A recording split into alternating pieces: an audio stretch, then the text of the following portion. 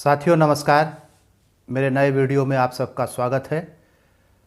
अभी 2 दिन पहले मैंने एक वीडियो डाला था जिसमें ये जानकारी दी थी कि भारत सरकार के एक विभाग ने जो food safety and standards authority of India है उसने एक नोटिफिकेशन जारी किया था और उस नोटिफिकेशन में उसने ये कहा था कि जो मिल्क प्रोडक्ट्स हैं उनके पैकेट पर जो अंग्रेज़ी है उसकी बजाय हिंदी में लिखा जाएगा और ब्रैकेट में जो है वहाँ की जो क्षेत्रीय भाषाएं हैं उसमें उस मिल्क प्रोडक्ट का जो स्थानीय समकक्ष है उसे लिखा जाएगा।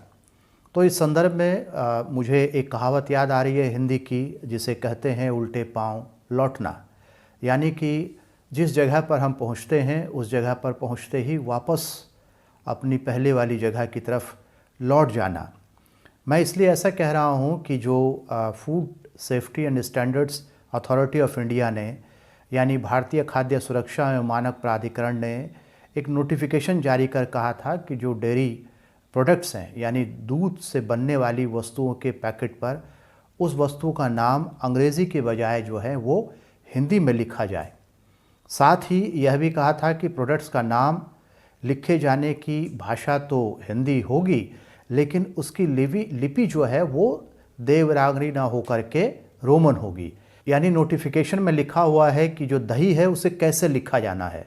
उसमें बताया गया है कि जो दही है वह देवनागरी में नहीं लिखा जाना बल्कि रोमन में लिखा जाना है, जैसा कि आपको अपनी स्क्रीन पर दिखाई दे रहा है।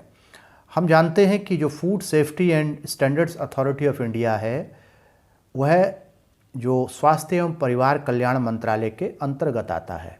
इसका अर्थ है कि नोटिफिकेशन के जरिए दक्षिण भारत में हिंदी को लागू करने का जो आदेश है वह एक केंद्रीय मंत्रालय का था, लेकिन अपने उस नोटिफिकेशन को फूड सेफ्टी एवं स्टैंडर्ड अथॉरिटी ऑफ इंडिया को वापस लेना पड़ा।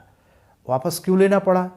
तमिलनाडु के मुख्यमंत्री स्टालिन ने इसे हिंदी का थोपा जाना बताया।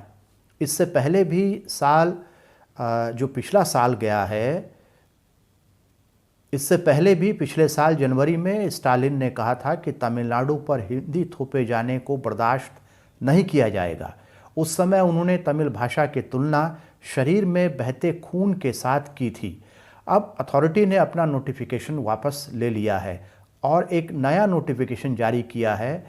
अपने रिवाइज्ड नोटिफिकेशन में food safety and standards authority of India ने लिखा है कि दही के लिए कर्ड लिखा जा सकता है। पहले उसने कर्ड लिखने पर प्रतिबंध लगा दिया था। Food safety and standards authority of India के नोटिफिकेशन का विरोध तमिलनाडु में ही नहीं कर्नाटक में भी हुआ। तमिलनाडु में तो बीजेपी के स्टेट प्रेसिडेंट के अन्नामलाई ने अथॉरिटी के चेयरपर्सन राजेश भूषण को पत्र लिखकर हिंदी थोपे जाने पर अपना विरोध जताया। अपने पत्र में अन्नामलाई ने कहा कि नेशनल एजुकेशन पॉलिसी 2020 मातृभाषाओं पर जोर देती है, इसलिए राज्यों द्वारा चलाई जा रही कोऑपरेटिव सोसाइटी को अपनी अपनी भाषाओं का उपयोग करने दिया जाना चाहिए। अन्नामलाई ने अपने पत्र में यह भी कहा कि तमिल साहित्य बेहद समृद्ध है और अथॉरिटी का नोटिफिकेशन स्थानीय भाषाओं को प्रमोट किए जाने की नीति के खिलाफ है।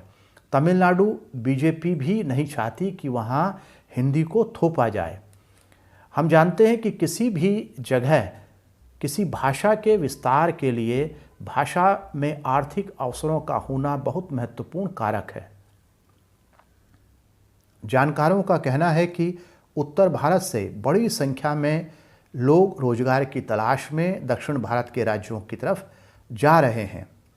पहले ये लोग पंजाब की तरफ ज़्यादा जाते थे, लेकिन अब जो है दक्षिण भारत के राज्यों की तरफ जाना जो है वो बढ़ा है। ये लोग अपने साथ हिंदी लेकर जा रहे हैं। उन मज़दूरों के साथ बात करने के लिए दक्षिण के राज्यों के लोग हिंदी सीख रहे हैं। यह भाषा सीखने सिखाने का एक सहज तरीका है, न कि सरकारी नोटिस द्वारा थोपा जाना। आज के वीडियो में इतना ही। अगर आपको ये वीडियो पसंद आता है तो मेरी आपसे रिक्वेस्ट है कि इसे लाइक, शेयर और सब्सक्राइब करें। एक घंटी जैसी आकृति होगी उसे दबाएं ताकि नया वीडियो आने पर उसका नोटिफिकेशन मिल जाए। मिलते हैं अगले वीडियो में, तब तक के लिए नमस्कार।